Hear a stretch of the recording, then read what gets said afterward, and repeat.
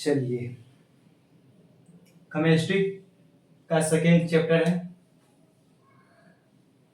Second chapter अम्ल, भस्म तथा लवण। अम्ल, भस्म तथा लवण। आपका फर्स्ट चैप्टर था रासायनिक अभिक्रिया एवं समीकरण। उसका जितना भी उसमें क्वेश्चन बनता है सब क्या करिए, करवा दिए। अब सेकेंड चैप्टर केमिस्ट्री लिखना है अम्ल, भस्म तथा लवण। अम्ल, भस्म तथा लवण।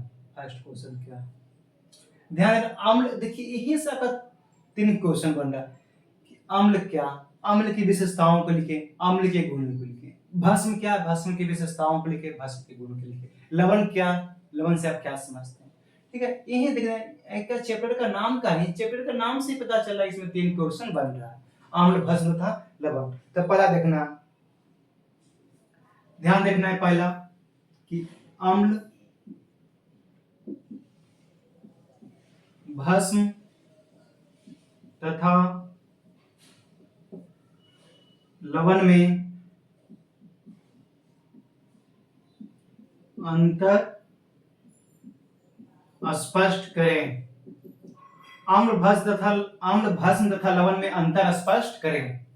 अम्ल, भस्म तथा लवण में अंतर स्पष्ट करें। 5 नंबर में पूछ सकता है। अगर 2 नंबर पूछेगा तो अम्ल क्या, अम्ल की विशेषताओं को लिखे, अम्ल के गुण को लिखे, से पूछ सकता है। ठीक है, तो 5 नंबर में पूछ सकता है अम्ल, भस्म तथा लवण में अंतर स्पष्ट करें, तो पूरे बारे में लिखना है।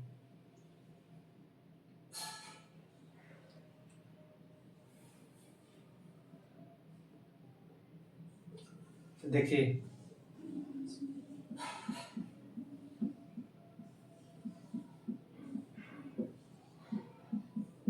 द्वारा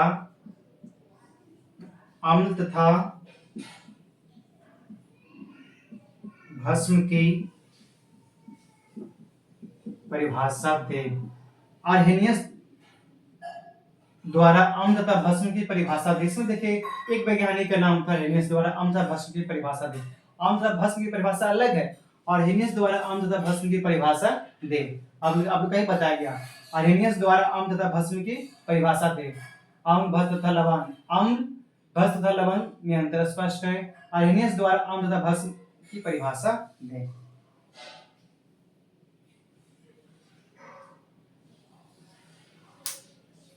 चलिए, हो गया। केमिस्ट्री का सेकेंड चैप्टर है अम्ल, भस्म तथा लवण। अम्ल, भस्म तथा लवण। वीवीआई क्वेश्चन, वीवीआई क्वेश्चन है, वीवीआई क्वेश्चन जितना ही करवाएंगे सब वीवीआई क्वेश्चन। चलिए, हो गया।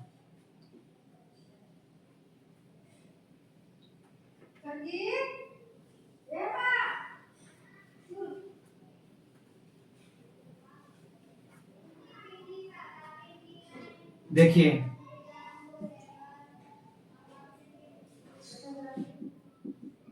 पर्वत अम्ल तथा अम्ल तथा अम्ल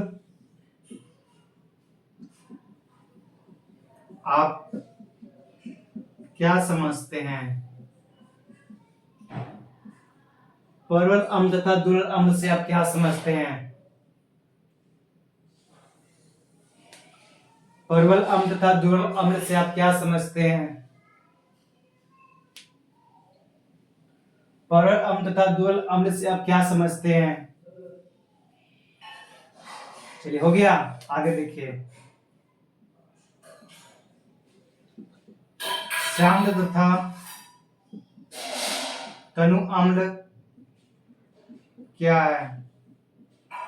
श्याम्ल तथा तनु अम्ल क्या है। यहाँ देखिए हल्ला ज्यादा होता है ना। परवल अम्ल तथा दुर्ल अम्ल से आप क्या समझते हैं। शांत तथा तनु अम्ल क्या है। शांत तथा तनु अम्ल क्या है।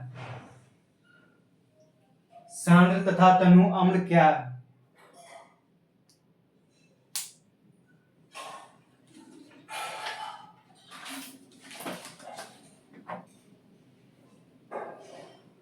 परवल अम्ल तथा दुर्ल अम्ल से आप क्या समझते हैं। शांत तथा तनु अम्ल क्या है। अम्ल हो गया ना। अब भस्म की विद्या रखना कि परवल भस्म तथा दुर्ल भस्म से आप क्या समझते हैं। यहाँ भस्म लिख देंगे, यहाँ भस्म लिख देंगे। चलिए, हो गया।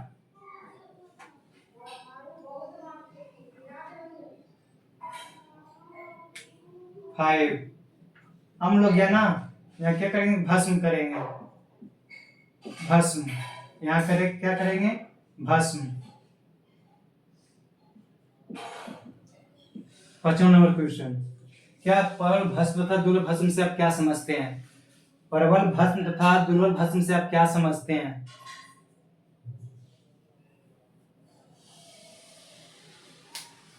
ठीक है, सब पूछा हुआ है, सब पूछा हुआ है। चलिए हो गया।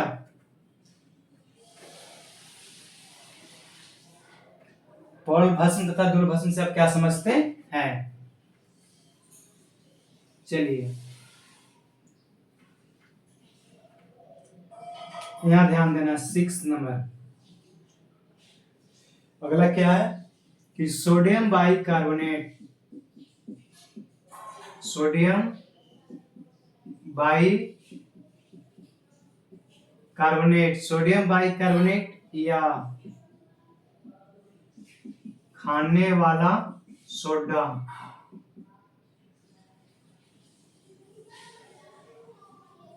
बनाने की विधि गुण तथा उपयोग को लिखें। 2026 पूछेगा ही पूछेगा। सोडियम बाइकार्बोनेट तथा खाने वाला सोडा को बनाने की विधि तथा उपयोग को लिखें। सोडियम बाइकार्बोनेट तथा खाने वाला सोडा को बनाने की विधि, गुण तथा एवं उपयोग को लिखें।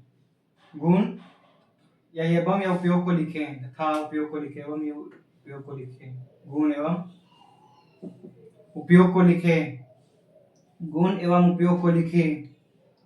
सोडियम बाइकार्बोनेट या खाने वाला सोडा की बनाने की विधि, सोडियम बाइकार्बोनेट खाने वाला सोडा बनाने की विधि, गुण एवं उपयोग को लिखें। 2026 में पूछेगा। एक बैच लेके आएंगे हम, क्या बोले कि एक बैच लेके आएंगे जिसमें एक चैप्टर से 2-3 क्वेश्चन है कि फिक्स पूछेगा, वो हम एक बैच लेके आएंगे आप लोग के लिए, सिर्फ आप लोग बने रहेंगे। सोडियम बाइकार्बोनेट तथा खाने वाला सोडा को बनाने की विधि, गुण एवं उपयोग को लिखें। सोडियम बाइकार्बोनेट या खाने वाला सोडा को बनाने की विधि, गुण एवं उपयोग को लिखें। चलिए हो गया।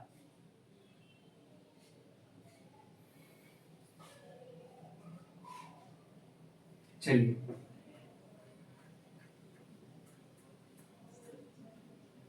आप लोग वीडियो को रोक के लिख सकते हैं।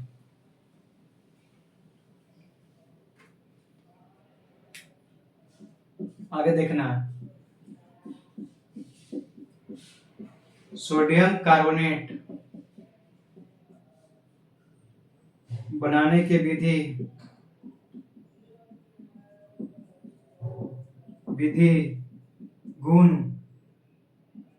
गुण हो गया, एवं उपयोग लिखे। सोडियम कार्बोनेट या धोने वाला सोडा, सोडियम कार्बोनेट या धोने वाला सोडा, सोडियम कार्बोनेट या धोने वाला सोडा, इसको कॉलम में कर देते हैं, या धोने वाला सोडा। सोडियम कार्बोनेट बनाने की विधि, गुण एवं उपयोग को लिखे, या धोने वाला सोडा। सोडियम कार्बोनेट क्या कहते हैं, धोने वाला सोडा। सोडियम बाइकार्बोनेट क्या कहते हैं, खाने वाला सोडा। सोडियम कार्बोनेट बनाने की विधि, गुण एवं उपयोग को लिखे, कॉलम में धोने वाला सोडा।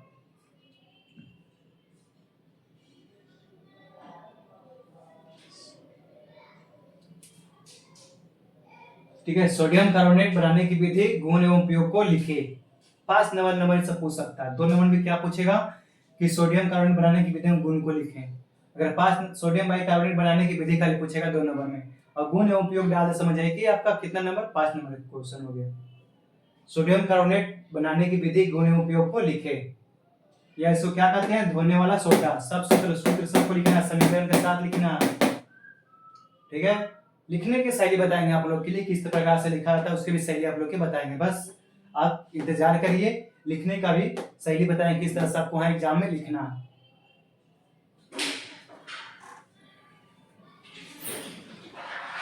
चलिए हो गया 8 नंबर क्वेश्चन। प्लास्टर,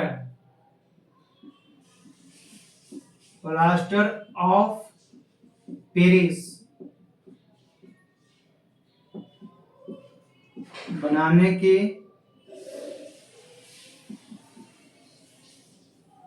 विधि तथा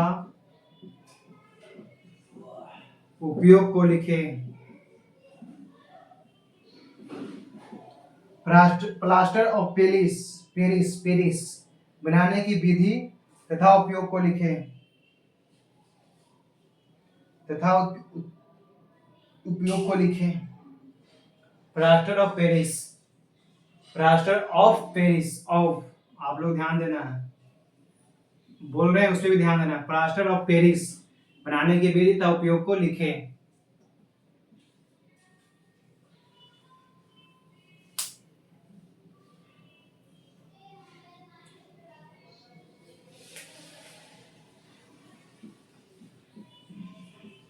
उत्फलन क्या है? उत्फलन क्या है?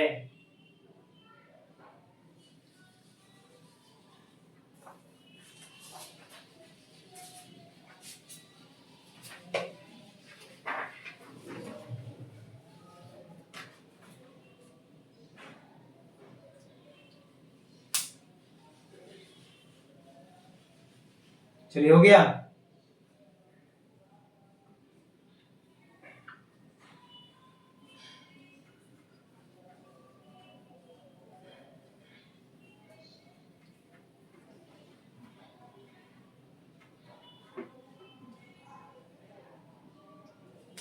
अगला कितने नंबर क्वेश्चन करवा दिए आप लोग के? 10 ना।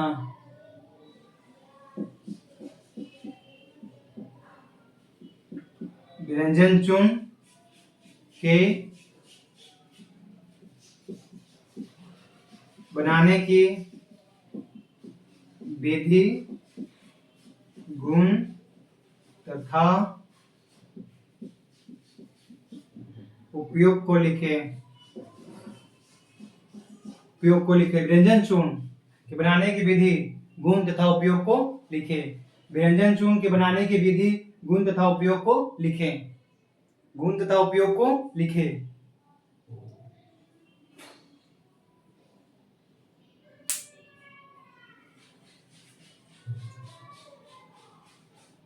चलिए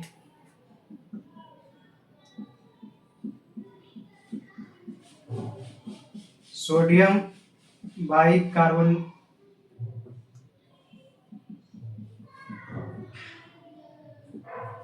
का जलीय विलयन क्षारीय होता है क्यों? सोडियम बाइकार्बोनेट का जलीय विलयन क्षारीय होता है क्यों? सोडियम बाइकार्बोनेट का जलीय विलयन क्षारीय होता है क्यों? व्यंजन चूर्ण के बनाने की विधि, गुण तथा उपयोग को लिखे। सोडियम बाइकार्बोनेट का जलीय विलयन क्षारीय होता है क्यों? सोडियम बाइकार्बोनेट का जलीय विलयन क्षारीय होता है क्यों?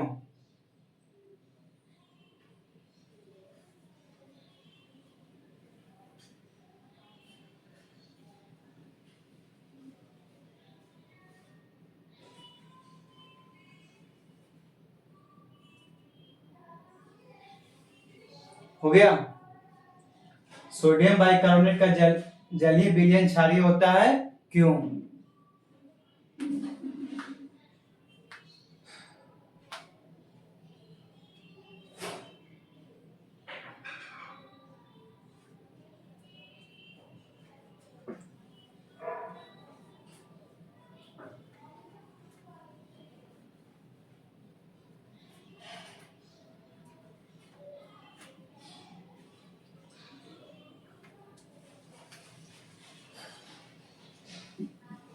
आगे देखना है।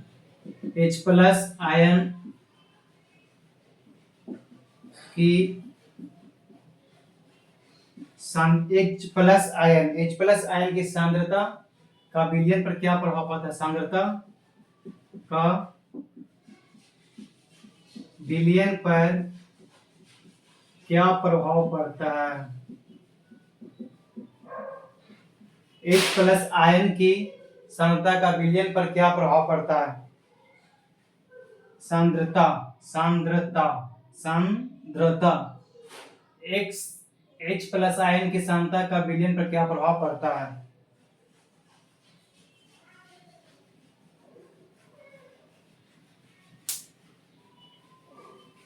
H प्लस आयन की सांद्रता का विलयन की प्राकृतिक पर विलयन की प्राकृतिक पर विलयन की प्राकृतिक पर क्या प्रभाव पड़ता है?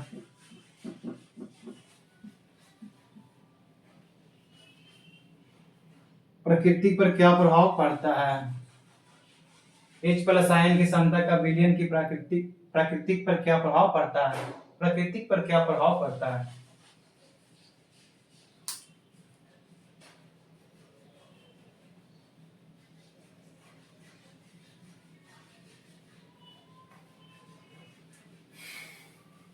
हो गया?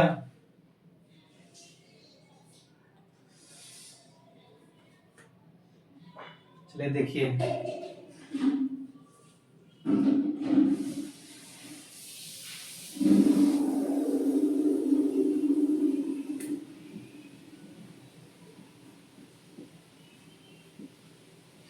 अम्ल का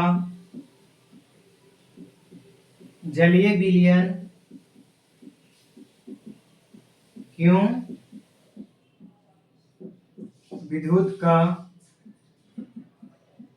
चालन करता है? अम्ल का जलीय विलयन क्यों विद्युत का चालन करता है?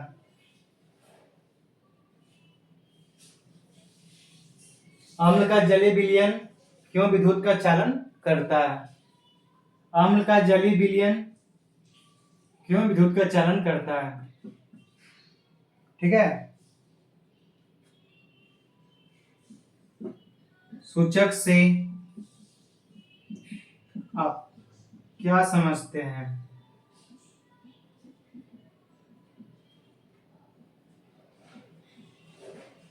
स्पष्ट करें। सूचक से आप क्या समझते हैं? स्पष्ट करें।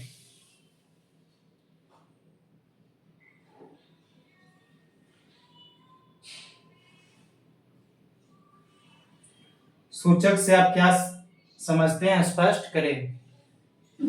सब वीवीआई क्वेश्चन है, सब वीवीआई क्वेश्चन है, सब वीवीआई क्वेश्चन है, आप लोग ध्यान दीजिएगा। इस चैप्टर केमिस्ट्री का सेकेंड चैप्टर अम्ल भस्म तथा लवण में 14 क्वेश्चन को 15 क्वेश्चन है, इसमें क्वेश्चन है 15 क्वेश्चन से ज्यादा आपको पूछेगा नहीं इस चैप्टर से। अम्ल भस्म तथा लवण इससे ज्यादा पूछेगा ही नहीं। अम्ल भस्म तथा लवण, चलिए हो गया।